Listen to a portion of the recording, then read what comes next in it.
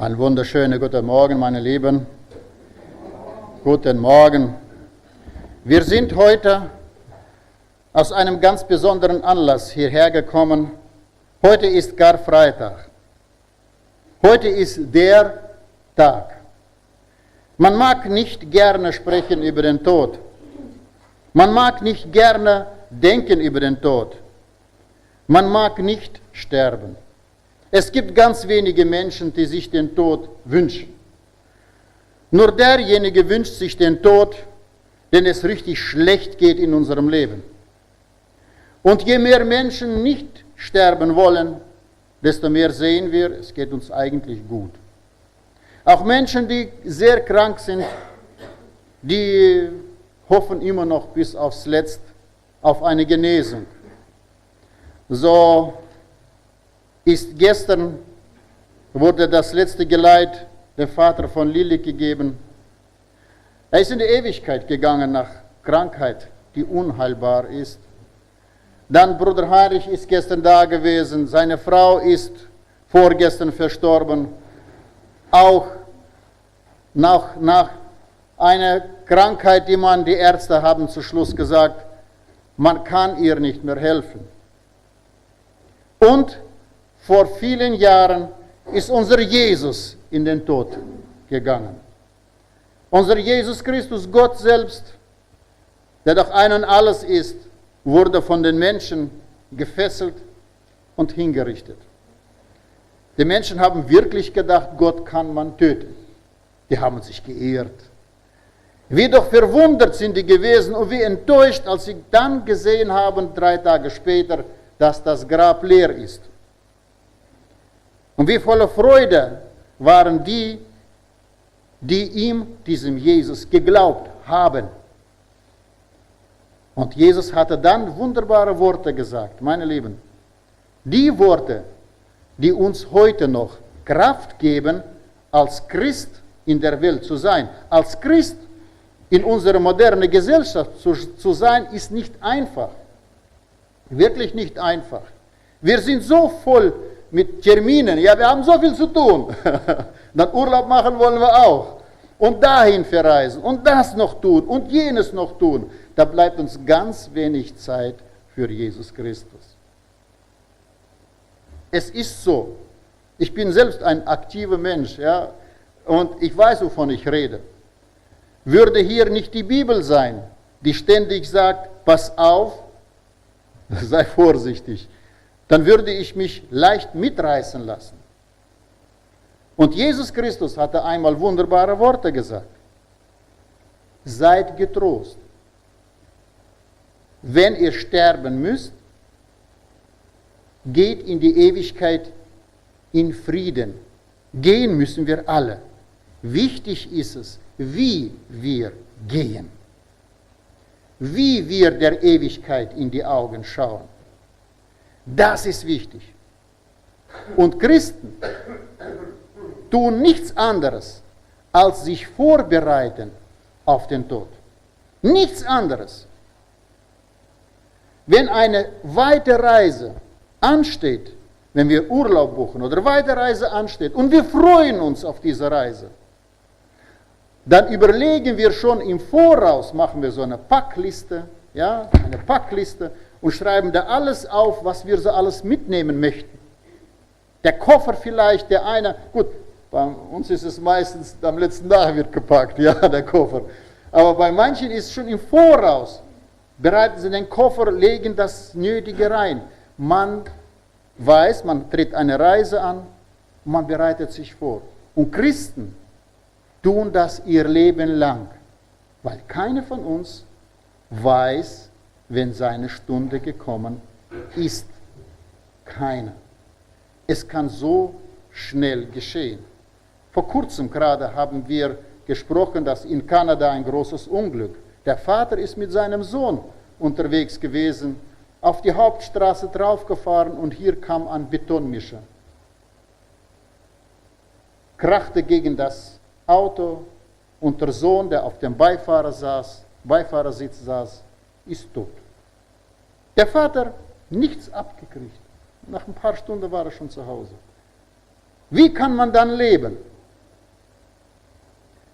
Und hat man sich vorbereitet auf den Tod oder nicht? Wir wissen es ja nicht. Und das ist wichtig. Und nun möchte ich gerne mit euch den heutigen Gottesdienst mit diesem Motto auch beginnen. Der Tod ist da, aber Jesus Christus hat den Tod besiegt. Darüber werden wir am Sonntag sprechen. Und jetzt möchte ich bitten, dass wir unseren Gottesdienst beginnen und dazu stehen wir auf. Unser Anfang geschehe in der Dreieinigkeit Gottes. Gott Vater, Gott Sohn, Gott Heiliger Geist. Amen. Wir setzen uns. Und wir wollen noch zum Anfang ein paar Lieder gemeinsam singen.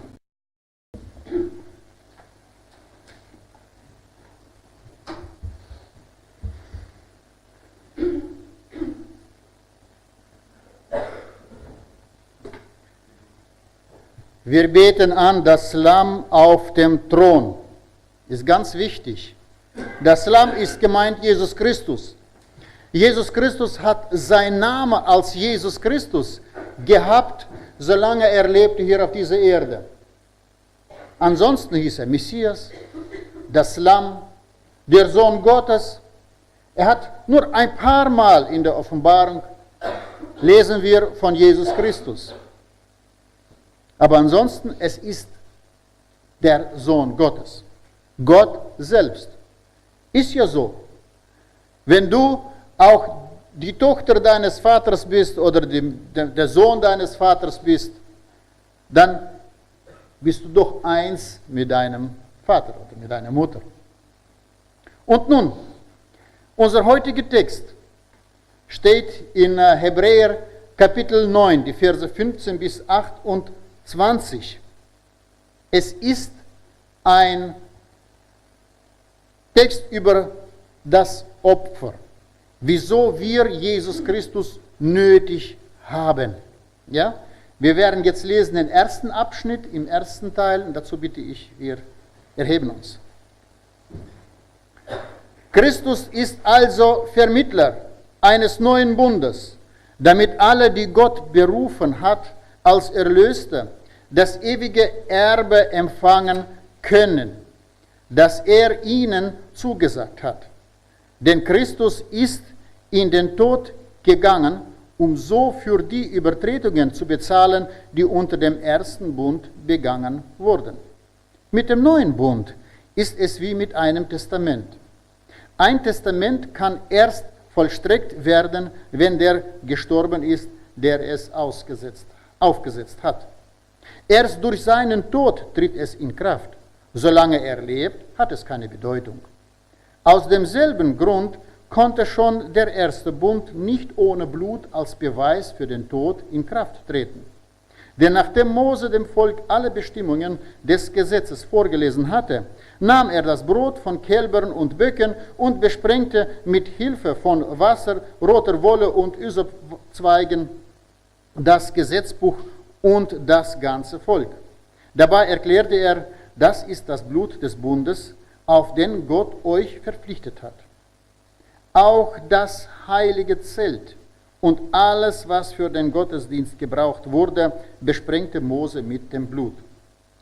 Nach dem Gesetz muss fast alles mit Blut gereinigt werden. Und ohne das Blut eines Opfers gibt es keine Vergebung. Amen. Wir setzen uns.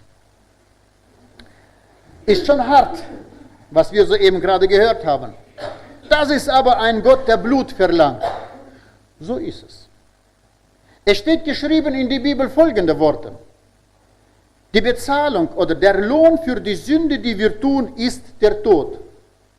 Gott hat keine menschlichen Eigenschaften. Oft wird uns, nicht nur in unserer Gesellschaft, man hört es auch außerhalb Deutschlands, oft wird uns eine Lüge erzählt von dem lieben Gott, von dem schönen Opa. Es gibt viele Filme davon, von dem liebenden Gott, der da ist wie happy ein bisschen und hier und da richtig süß, richtig kuschelig, richtig witzig manchmal. Dieser Gott, den es nur darum geht, dass wir ein gutes, halbwegs gutes Leben führen. Notlügen sind bei diesem Gott, bei diesem ausgedachten Gott, keine Sünden. Es ist so ein Gott nach dem menschlichen Maßstab. Und dann braucht man uns nicht wundern, dass dieser Gott, oder je mehr dieser Gott präsent ist in unserer Gesellschaft, den wir selbst ausgedacht haben, je mehr er präsent ist, desto weniger ehren wir ihn. Desto weniger ist er für uns ein Etalon, ein Maßstab aller Dinge. Denn der hat genau solche Fehler wie wir, weil er ist ja von uns ausgedacht. Versteht ihr? Deswegen ist es so manchmal die Hauptursache, oder nicht nur manchmal, sondern ja, die Hauptursache in unserem Land, dass Gott nicht gefürchtet wird, dass Gott nicht geehrt wird. Es wird mehr alles andere geehrt als Gott, weil wir einen ausgedachten Gott, an einen ausgedachten Gott glauben, den wir uns selbst im Kopf zusammengebastelt haben. Woher kommt denn sowas? Weil wir die Bibel nicht lesen. Die Bibel erzählt, wer Gott ist. Die Bibel erzählt ganz genau, wie er denkt, was er fühlt und was er von uns Menschen erwartet. Wenn wir die Bibel nicht lesen, aber vielmehr vielleicht im YouTube rumblättern, wer was da von Gott erzählt, da wird vieles erzählt. Es ist eine große Mülldeponie, ja, diese Internet. Da findest du alles. Und wenn dir dieser Vortrag nicht gefällt, dass Gott ein grausamer Gott ist, dann blätterst du, bis du nicht findest, oh ja, dieser Gott passt mir, ja. Und dann hörst du dann die Predigten, die Vorträge im Internet, die jetzt diesen liebenden, kuscheligen Gott erzählen. Ja, die Bibel sagt aber, Gott ist ein verzehrendes Feuer. Wehe, wehe, du kommst in seine Nähe. Ohne Schutzanzug. Ja? Probier mal in den Kosmos, gut, du hast zu wenig Geld in den Kosmos wahrscheinlich zu kommen, ja, das kostet 200.000, 300.000 Euro, mal so einen Trip in den Sternen zu machen, ja. Aber stell dir mal vor, du würdest rausgehen wollen, könntest du nicht, ist gefährlich, ja, du würdest erfrieren, du musst einen Schutzanzug. Oder jetzt, wir haben das große Unglück in Tschelabinsk alle mitverfolgt in Russland, ja, da sind Kinder, in Kemerovo, Entschuldigung, ja, in Kemerovo. Ich habe Tschelabinsk gesagt, ja? Nee, in Kemerovo. In ein Cinemax, in ein Einkaufszentrum. Da haben die Kinder, sind Ferien, waren da in Cinemax, alle Türen waren verschlossen. Die Feuerlöscher, die waren ausgeschaltet, die Sirene war ausgeschaltet. Es war so eine hohe Temperatur, dass die Stahlbalken sich gebogen haben. 64 Menschen sind umgekommen, die meisten Kinder. 41 Kinder wurde gesagt. 41 Kinder umgekommen dabei. Und da sehen wir, ja, was für Temperaturen. Und die Feuerwehrleute, wenn wir die gucken, ja, die haben speziell Schutzanzüge angehabt, um überleben in dieser Hitze. Und so brauchen wir etwas, was uns am Leben erhält, wenn wir in die Nähe Gottes kommen. Gott ist so ein verzehrendes Feuer. Es steht geschrieben in der Bibel, ein Mensch, der Gott sieht, der kann nicht mehr leben, der stirbt sofort auf der Stelle. Auf der Stelle. Mose hat gesprochen mit Gott durch eine Wolke, dichte Wolke. Gott war extra umhüllt mit einer ganz, ganz dichten Wolke. Und er leuchtete durch diese dichte Wolke und hat mit Mose gesprochen. Danach leuchtete Moses Gesicht. Ja? Es glänzte wie die Sonne. So wirkt Gott. Wahrscheinlich hat er Radiation gekriegt, ja, eine Strahlung wahrscheinlich. Weiß man nicht, ja. Aber es leuchtete sein Gesicht. Durch eine dicke, dicke Wolke, die das schützte. Und so jedes Mal, als Mose mit Gott gesprochen hatte. Er ist anders, als wir uns das vorstellen. Und Jesus Christus sagt noch extra, solange er lebte auf der Erde, er hat die ganze Zeit erklärt, wer ist denn dieser Gott? Die Juden haben auch ein falsches Verständnis gehabt von Jesus Christus. Die waren so sehr vertieft in ihrer Religion, das, was eigentlich, was wir gelesen haben, Gott ihnen selber gesagt hatte? Ja, hat er. Weil er hat gesehen, die Menschen, die sind, obwohl sie denken, sie sind gut, die sind böse. Das Fundament des Menschen ist böse. Und diese Menschen, ja, und Jesus Christus hat diesen Menschen noch extra gesagt, passt auf, alles, was ihr bitten werdet, Gott in meinem Namen, das wird er euch geben. Kommt zu Gott, betet Gott an, aber nimmt meinen Namen in den Mund. Das ist unser Schutzanzug. Nun zu unserem Text. Eva und Adam lebten im Garten Eden, im Paradies, ohne Sünde. Sie haben keine Sünde gehabt. Null. Wirklich keine Sünde gehabt. Das kann man sich heute gar nicht vorstellen. Wenn wir sagen, wir haben keine Sünde, sagt die Bibel, ja? Wer sagt, er hat keine Sünde, er ist ein Lügner. Es gibt keinen einzigen Mensch, der keine Sünde hat. Mindestens einmal in der Stunde sündigen wir. Ich sage nicht einmal am Tag, einmal in der Stunde sündigen wir.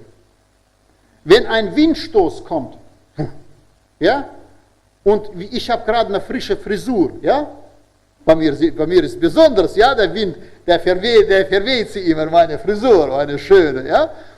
Und dann werde ich unzufrieden, da habe ich schon gesündigt. Merken wir das? Merken wir nicht. Und dann kommt Staub und meine Brille wird ganz dreckig und ich bin unzufrieden über diese Brille, ja. Ich mache sie sauber. Sünde. Versteht ihr? Staub kommt von Gott. Gott hat das gemacht. Wir können nehmen unseren kompletten Alltag, wie oft wir sündigen. Wenn wir mit Auto fahren, wie oft sind wir unzufrieden über die anderen, die zu langsam wie Schnecken fahren vor uns, ja? Wie oft sündigen wir damit? Die ganze Zeit, genau, die ganze Fahrt. Wie oft meckern wir über die anderen Sonntagsfahrer, ja, über die Opels mit Mercedes mit einem Hütchen drauf, ja, auf die Bundesstraße, die man kaum überholen kann. Ja? Ist doch so. Wie oft meckern wir über andere Sachen, über das Wetter, über die Politik, über alles, was wir haben. Wie oft sind wir enttäuscht, wenn wir uns in den Spiegel anschauen.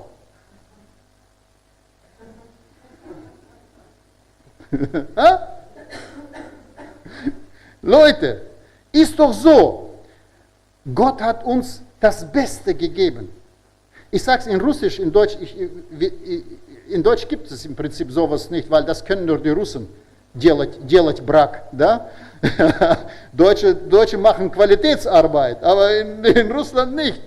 Aber ich sage es in Russisch, Бог не делает брак.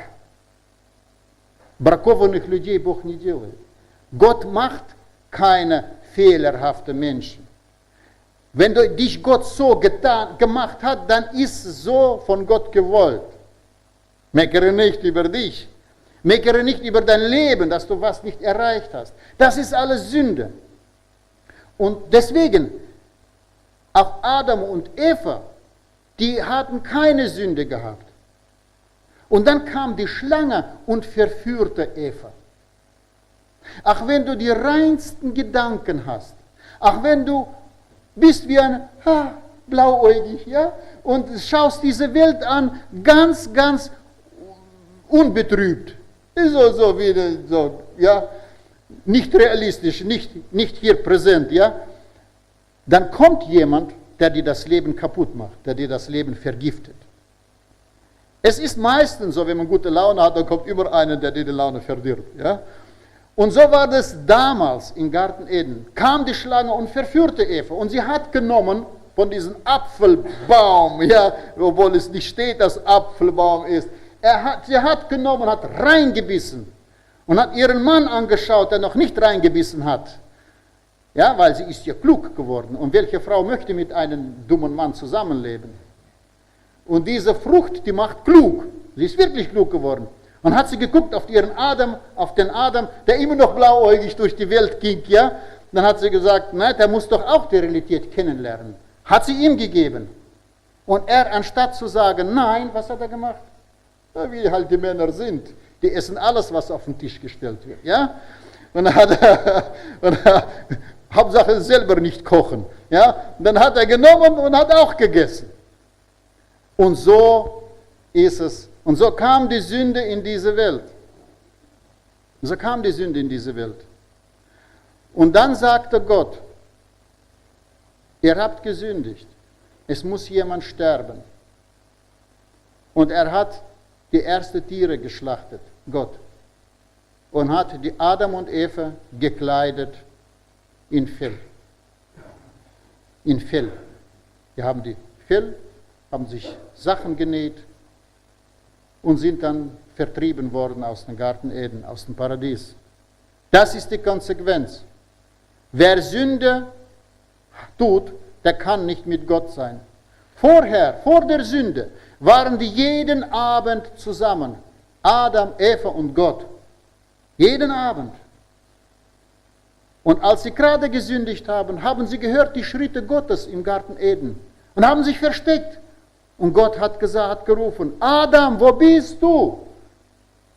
Er wollte normal sprechen mit Adam wie immer.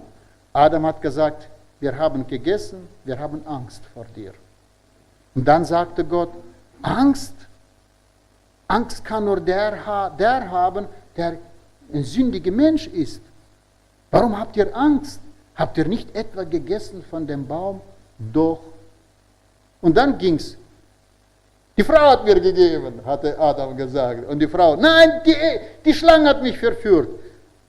Man bekennt die Sünde nicht. Man sucht immer Ausreden. Und was dann?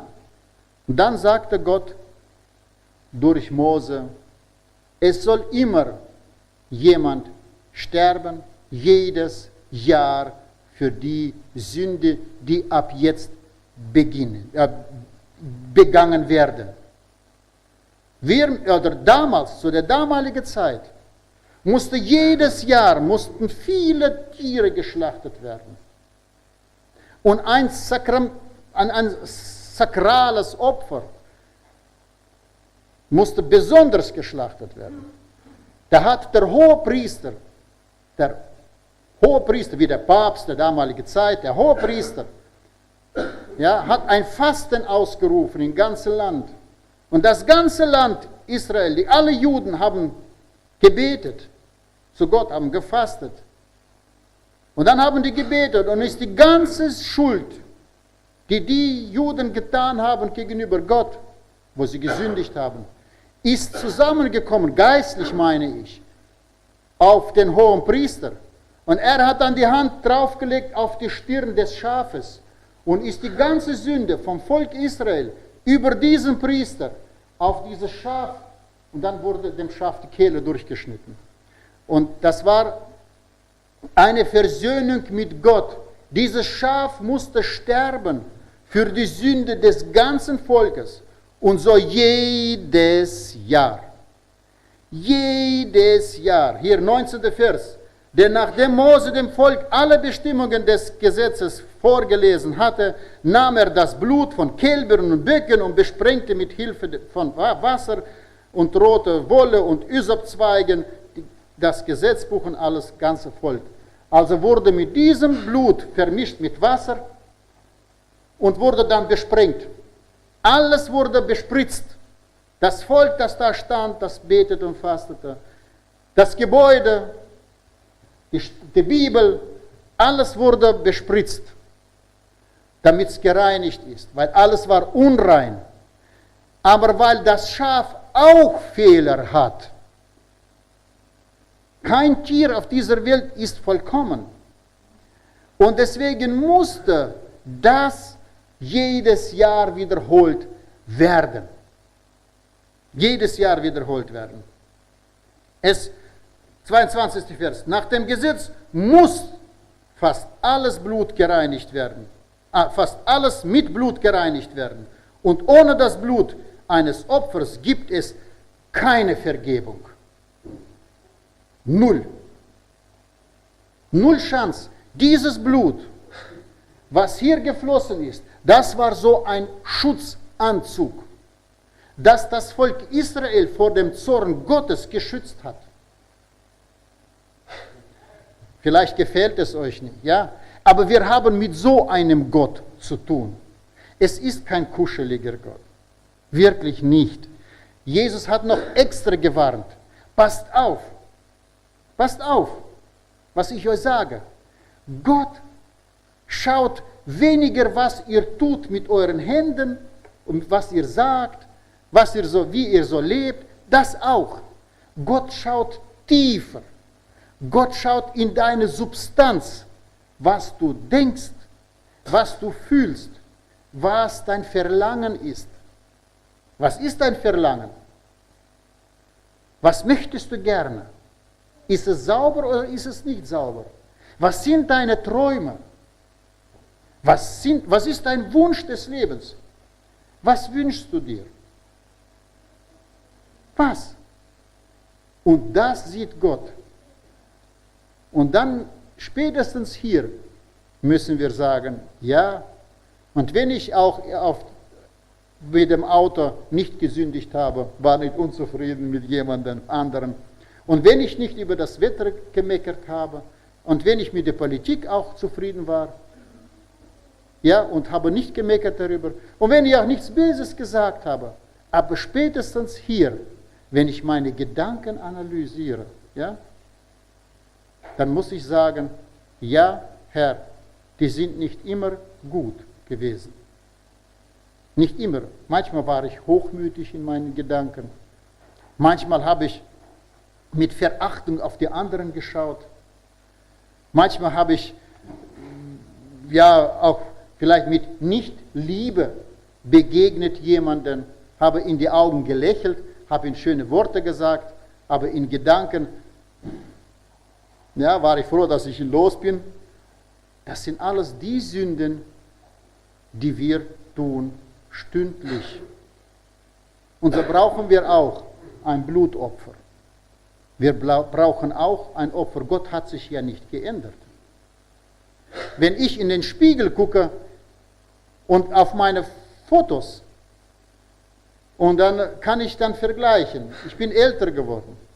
Ja, übrigens, hatte mal eine Frau gemeckert über ihre Fotos, was so gemacht wurden, ja, und dann hatte der Pastor zu ihr gesagt, und sie wollte das zerreißen, zerreiße das Foto nicht, betrachte das in 20 Jahren, dann wird es dir gefallen.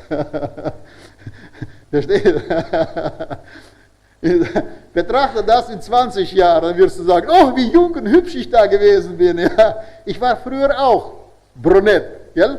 Und so ist es. Man verändert sich im Laufe der Zeit. So ist es. Und wir unterstehen dem Wandel. Wir verändern uns. Wir heute sind anders, als wir waren vor einem halben Jahr. Unsere Gedanken haben sich geändert. Unsere Gefühle sind anders geworden. Wir überlegen anders. Wir sind reifer geworden. Wir haben Lebenserfahrung gesammelt. Wir sind anders. Aber bei Gott ist immer gleich. Gott kennt keinen Alterungsprozess. Es steht in der Bibel geschrieben, bei ihm ist keine Veränderung, noch ein Wandel. Gott ist immer so, wie er ist, von Ewigkeit zu Ewigkeit. Weil er ist außerhalb der Zeit. Eine Zeit, es ist so wie, du bist ein Streichholz. Du bist ein Streichholz. Seht ihr alle dieses Streichholz? Du bist ein Streichholz. Und wenn man dieses Streichholz in die Leine schmeißt, in einen Fluss, das schwimmt der Strömung abwärts. Kann das Streichholz was dagegen tun? Nichts. Nur wenn ich reingreife und es rausziehe aus dem Wasser, und dann schwimmt es nicht mehr. So sind wir in der Zeit. Wir können die Zeit nicht aufhalten, wir schwimmen mit. Nur wenn wir das Ufer, genau, deutscher Artikel. Nur wenn wir das Ufer betrachten, oder den Ufer, Das. Nun, wenn wir das Ufer betrachten, es klingt komisch, aber ist so, dann merken wir, dass wir in der Zeit gehen. Ja, das Ufer, ja, geht immer weiter vorbei vor unseren Augen. Und dann sehen wir bewegen uns. Aber Gott steht am Ufer und schaut uns zu. Gott bewegt sich nicht. Er sieht unsere Vergangenheit, unsere Gegenwart, unsere Zukunft. Er sieht uns. Er ist immer hier in der Gegenwart. Deswegen, er kennt keine Veränderung. Wir aber schon. Das bedeutet, was bei Gott galt vor 1000, 2000 Jahren, gilt auch heute als absolute Wahrheit, absoluter Maßstab. Gott segne sein Wort. Amen. Okay, meine Lieben. Nun, wir gehen in den zweiten Teil über. Dieser Text, den wir eben gerade gelesen haben miteinander, das ist nur ein Teil dessen heutigen Textes. Ja? Nur ein Teil dessen, was so war im Alten Testament, im Neuen Testament. Ich möchte noch ganz kurz zurückgehen. Da ist er. Ganz kurz noch hier hinweisen. Ein Testament. Jesus Christus ist gekommen und ist gestorben. Damit hat er bezahlt mit seinem Blut die vorigen Sünden des Volkes Israel, der Juden, hat er bezahlt mit seinem Blut und er hat somit das Neue Testament beschlossen, bekräftigt. Weiß jemand, oder nicht, anders, hat schon jemand ein Testament geschrieben? Ich frage die Älteren. Oder auch die, vielleicht hat Margareta auch schon ein Testament geschrieben, man weiß es ja nicht, ja? Ja, alle können meine Schulden haben, ja? So, hat schon jemand ein Testament geschrieben? Nicht. Weiß jemand? Also, nee, ich habe noch kein Testament geschrieben, ja? Also, ihr könnt alle meine Schulden haben, ja? Ich hatte mal gehört von einem Menschen, der hat gesagt, allem, dem ich schulde, denen vergebe ich. Ja? So, Leute, wer weiß, ist er in einem Testament mit reingeschrieben? Okay. Kennt sich jemand aus in Testamentsachen? Oh, das ist schon mal was, ja? Ein Testament tritt dann in Kraft, wenn derjenige, der das Testament geschrieben hat, das ist die letzte Willenserklärung, heißt das. Der schreibt dann rein, dass mein ganzes Vermögen oder meine ganze komplette Schulden übergehen an meine Kinder. Ja? Und dann wird es versiegelt, wird mit Notar bekräftigt, wird versiegelt und keiner weiß Bescheid, was da drin steht. Auch der Notar nicht. Oder vielleicht doch, je nachdem. Aber, dann kann man sich vom Testament absagen, man kann es aber in Anspruch nehmen. Aber nur dann, wenn derjenige, der das Testament geschrieben hat, gestorben ist. Ja? Und dann bekommt man eine Einladung zum Notar und man setzt sich dann hin und dann der Notar, ja, es ist versiegelt und dann sagt er, hier, euer Opa in Reich Amerika hat euch einen Brief, ein Testament geschrieben und die Kinder sitzen da und überlegen und sagen, oder die Hinterbliebenen, und überlegen, na, was sollte wohl da drin sein? Man kann sich absagen, man kann es aber auch in Anspruch nehmen. Man kann sagen, ja, ich will es haben. Man weiß aber nicht, was da drin ist. Man kann Glück haben, man kann Pech haben. Ich habe gehört von einer Familie hier in Deutschland, es ist eine wahre Geschichte, ja? Ich war damals ganz in meinem Berufsanfang und da war eine Familie, die haben sehr reich gelebt, Urlaub gemacht, großes Haus, die teuersten Autos und sind die Kinder ausgezogen und dann die lebten. Und dann es ist so geschehen, dass einer nach dem anderen gestorben ist. Die Kinder sind ausgegangen, die Eltern haben viel Geld und haben das Testament in Anspruch genommen. Es hat sich dann herausgestellt, die haben so viel Schulden, so viel Schulden gemacht.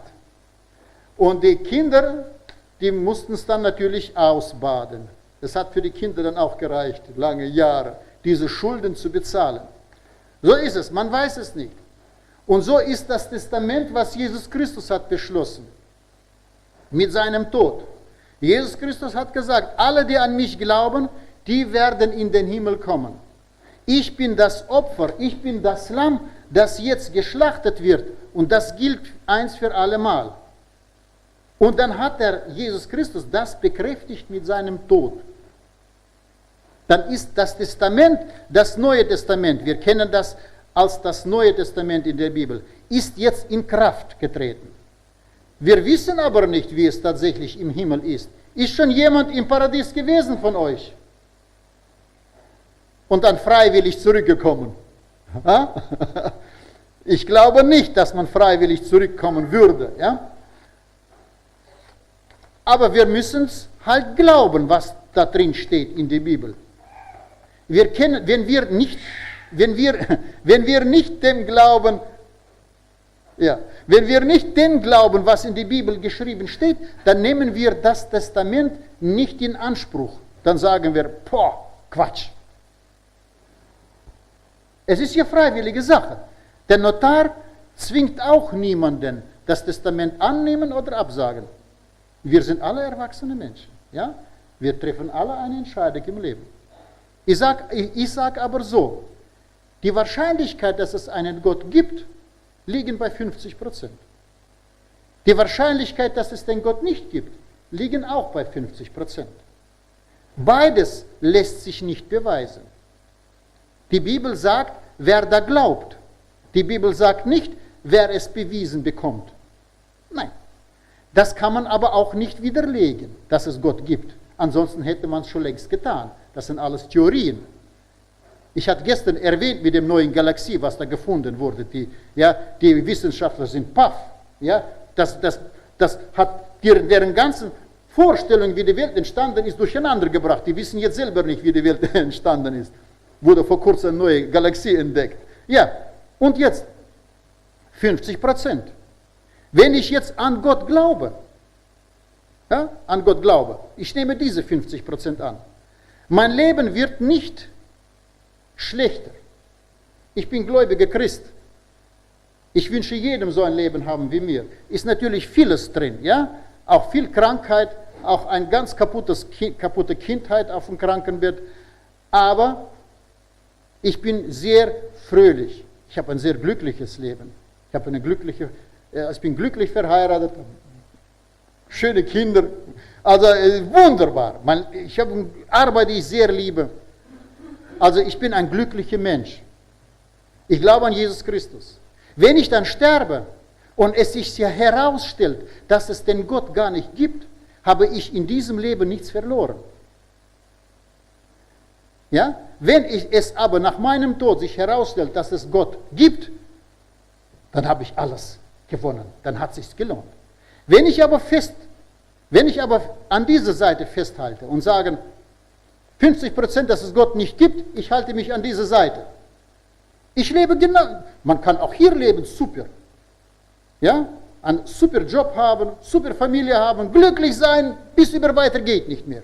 Ist so. Natürlich ist es so. Aber wenn man dann stirbt und sich herausstellt, dass es keinen Gott gibt, naja, man hat ja nichts verloren. Ja, man hat gelebt auch so gut.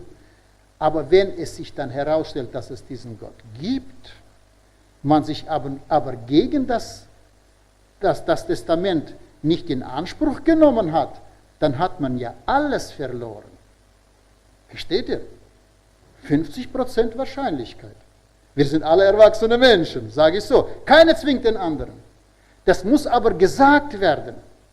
Die Entscheidung müssen wir hier treffen, jetzt, solange wir noch atmen, solange wir noch sehen können, solange wir noch überlegen können. Wenn wir mal dement werden, dann ist es vorbei. Ja, ist so. Und jetzt gehen wir, ja, und davon redet dieser Text auch. Und jetzt gehen wir zum zweiten Teil. Also soweit alles verständlich, ja. Und jetzt möchte ich bitten, wir stehen kurz auf, wir wollen das lesen noch, ja. Wir werden Gottes Wort lesen, würden wir gerne ihn stehen. Mit solchen Mitteln müssen wir also die Einrichtungen des alten Bundes, die ja nur Abbilder der himmlischen Dinge sind, gereinigt werden. Die himmlischen Dinge selbst brauchen bessere Opfer. Denn um sich vor Gott für uns einzusetzen, ist Christus ja nicht in ein von Menschen gemachtes Heiligtum eingetreten, eine Nachbildung des eigentlichen Heiligtums, sondern in den Himmel selbst. Er ging aber nicht in den Himmel, um sich immer wieder zu opfern, so wie der irdische Hohepriester Jahr für Jahr mit dem Blut von Tieren das höchst Heilige betritt. Wenn das nötig gewesen wäre, hätte Christus schon seit Gründung der Welt viele Male leiden und sterben müssen. Er kam aber nur einmal in die Welt, jetzt am Ende der Zeiten, um durch seinen Opfertod die Sünde zu beseitigen. Und so, wie jeder Mensch nur einmal sterben muss und dann vor das Gericht Gottes gestellt wird, so wurde auch der Messias nur einmal geopfert, um die Sünden vieler Menschen wegzunehmen. Wenn er zum zweiten Mal erscheinen wird, kommt er nicht mehr wegen der Sünde, sondern wird die endgültige Rettung für die bringen, die auf ihn warten. Amen. Wir setzen uns. Also hier sagt nochmal Apostel Paulus, dass mit dem Blut und hier und da, das war nötig, um die äußeren Dinge zu reinigen. Die Bibel, das Gebäude, die Menschen, was man so sieht. Ja? Aber wir reden hier über geistliche Dinge. Geistliche Dinge brauchen geistliche Betrachtung. Und Jesus Christus ist gekommen, um geopfert zu werden, geistlich. Ein für allemal. Ein für allemal. Und wie er einmal gekommen ist und ist gestorben, so werden auch wir. Es gibt eine Religion, die da sagt, früher war ich eine Spinne, heute bin ich ein Mensch. Ja? Und dann Pech habe ich, wenn ich in meinem nächsten Leben eine Eiche sein werde. Da muss man lange stehen, ja, und dann in den Ofen verbrennen. Ja, so ähnlich. Und Jesaja hat da diesbezüglich ganz besonders erzählt, auf eine sehr ironische Weise, wie die Heiden ihre Götzen verehren, andere Religionen. Der sagt, man sieht einen Baum, einen großen, man sägt ihn ab, man fällt ihn. Ein Teil davon nimmt man, um Geschirr daraus zu machen, Holzgeschirr, ja? Löffel, Teller, Becher. Aus einem anderen Teil des Holzes schnitzt man sich einen Gott aus und aus einem anderen Teil des Holzes, das hackt man zu Holz und dann kocht sich, und damit man sich Essen vorbereitet. Und so sagte Jesaja, sind diese Menschen, die haben keinen Verstand. Das eine und das gleiche Material, das eine ist für Essen, das andere ist Gott und das andere ist also Brennstoff. Sagt er, wie kann sowas sein? Es geht doch gar nicht. Natürlich geht es nicht. Und so ist es manchmal, wenn man so betrachtet, eine Religion, ja, und denkt man, der gesunde Menschenverstand müsste sich doch hier einschalten, müsste sagen, pass mal auf, irgendwas stimmt doch hier nicht. Ja? Irgendwas stimmt doch mir nicht. Mir hatte mal einer gesagt aus Libanon, weißt du was, im Paradies werden 95% nur Männer sein, 5% Frauen. Ja, 95% Frauen kommen alle in die Hölle. Dann habe ich so gedacht, naja, woher wollt ihr dann die 16 Jungfrauen jeden Tag haben? Wenn es nur 5% dort reinkommen, woher sollen die kommen? Ja? Also man muss doch den gesunden Menschenverstand einschalten, um da überlegen. Aber die Menschen tun das nicht. Ja? Es wird denen was gesagt und dann sagen sie es halt weiter und glauben daran. Und hier sagt Jesus Christus, passt auf, noch im ersten Teil, ja, hat er erklärt, was bedeutet Testament, wann tritt in Kraft. Das ist voll erklärt, das ist doch allen verständlich. Jesus Christus sagt ganz, ganz oft, wacht und betet. Fällt nicht in Ekstase oder sonst was. Seid wachsam, seid nüchtern im Kopf, überlegt und betet. Gott ist real. Ja? Schaltet eure Gehirn ein. Überlegt doch mal. Ja? Und Jesus Christus ist in den Himmel gegangen im Geiste. Und wenn wir einmal sterben, dann können wir nicht mehr wiedergeboren werden in eine andere Kreatur. Oder es gibt in den Himmel keine Frauen und keine Männer. Jesus sagt, dort braucht man keinen Sex. Ja, in den Himmel. Wenn wir vollkommen sind, braucht man das nicht.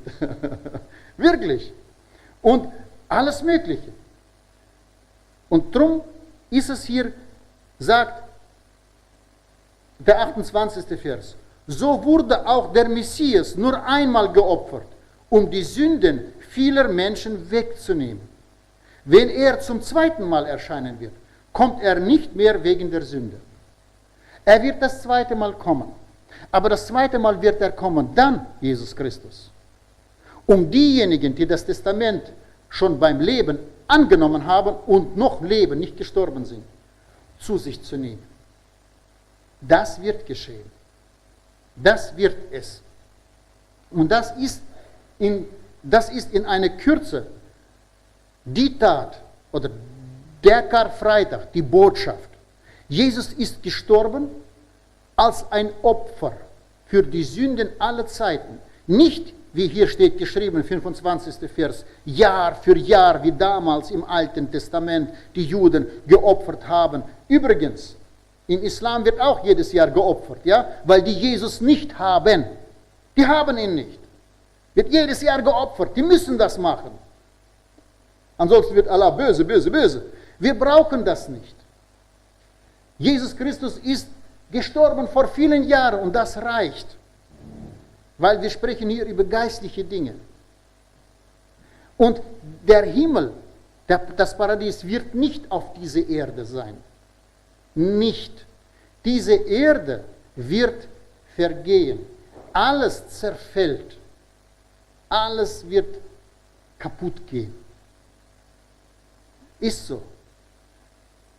Ihr kennt diese Hysterie mit dem Klimawandel, ja, was wir so erleben. Dass es draußen so kalt ist, immer noch Ende März, ist schuld die Klimaerwärmung. Ja.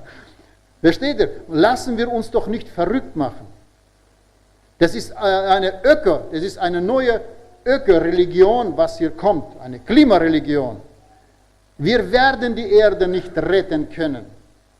Wir sollen sie natürlich nicht kaputt machen, das ist eine Schöpfung Gottes. Aber wir werden sie nicht retten können.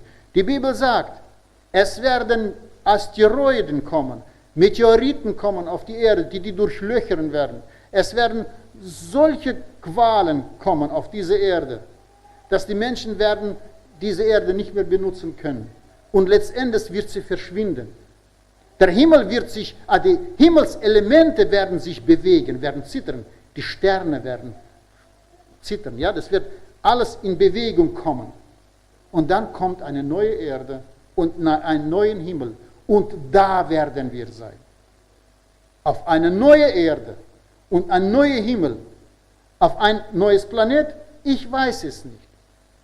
Aber in der Bibel erzählt so viel über die Dimensionen, die wir nicht wahrnehmen können. Manchmal hören wir von parallelen Welten, ja, parallele Dimensionen, die unsichtbar von uns sind.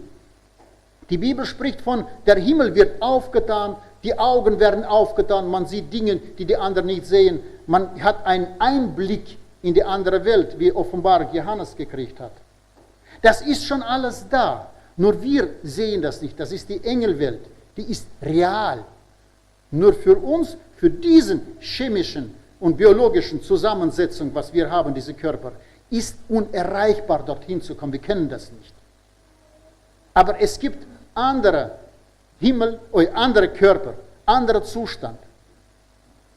Unsere Seele ist ein Teil von dem himmlischen Körper. So ist es. Und nun möchte ich schließen mit den Worten des 27. Verses. Ja?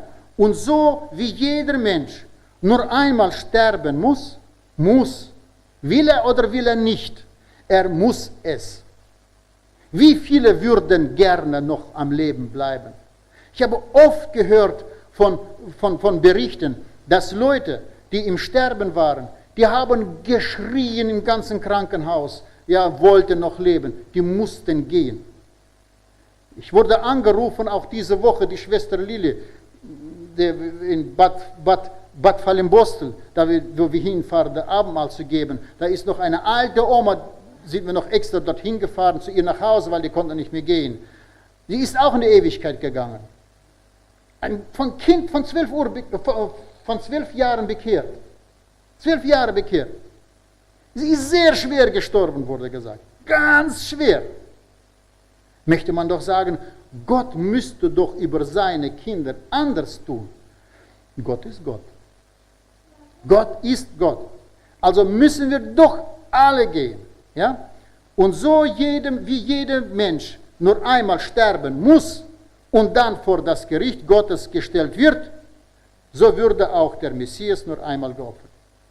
Also, wenn wir sterben, dann werden wir vor Gott stehen.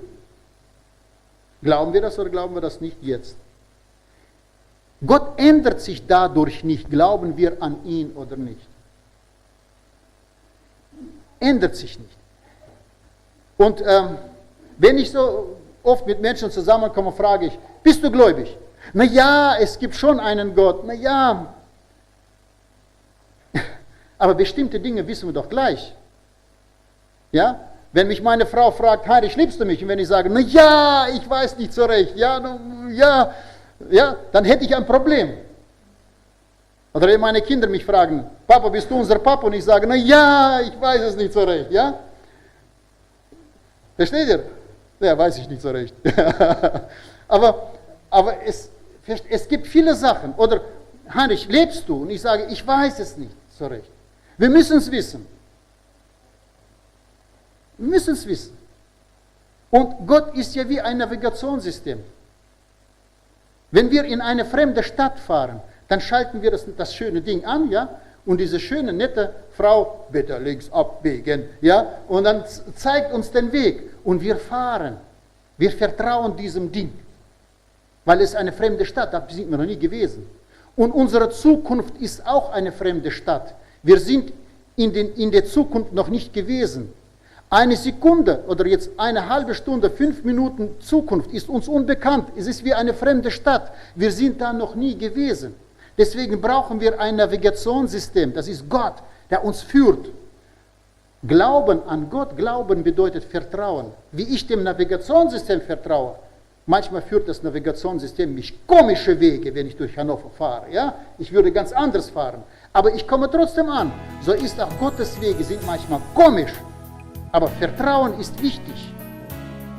Ja? Das ist Glauben. Nicht Glauben an die Existenz eines Navigationssystems. Nein, Vertrauen einschalten und benutzen. So ist Glaube an Gott. Ja? Sich führen lassen. Gott segne sein Wort. Amen.